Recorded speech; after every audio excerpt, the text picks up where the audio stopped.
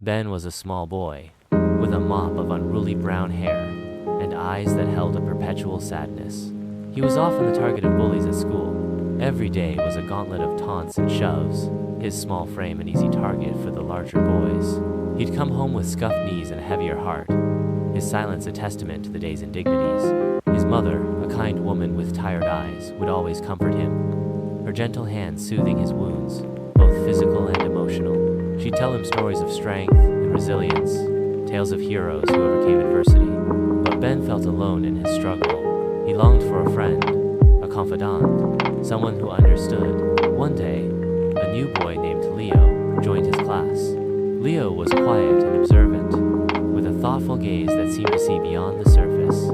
He noticed Ben's solitude, the way he sat alone at lunch, the way he avoided eye contact. During recess, Leo approached Ben hesitantly. "Hi," he said softly. Ben looked up, surprised. No one had ever spoken to him with such kindness before. Leo didn't laugh at his clothes or push him around.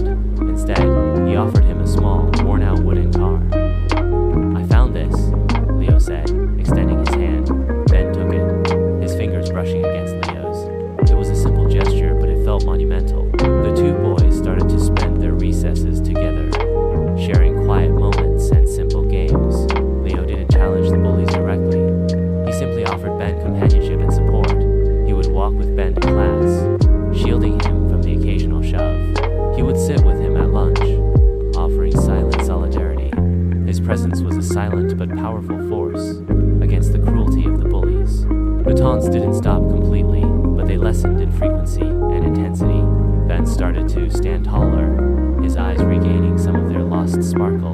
He began to believe in himself, fueled by the quiet strength of his new friend. One afternoon, a larger boy, Mark, who was notorious for his bullying, tried to trip Ben, but this time, Leo stepped in front of Ben, his small frame surprisingly resolute. "Leave him alone," Leo said firmly, his voice surprisingly strong. Mark hesitated, taken aback by Leo's unexpected defense. He grumbled and walked away. Ben watched in awe, not just at Leo's bravery, but at the quiet strength that had blossomed within himself as well. He no longer fit alone. He had found a friend, and in doing so, he had found the courage to face his bullies.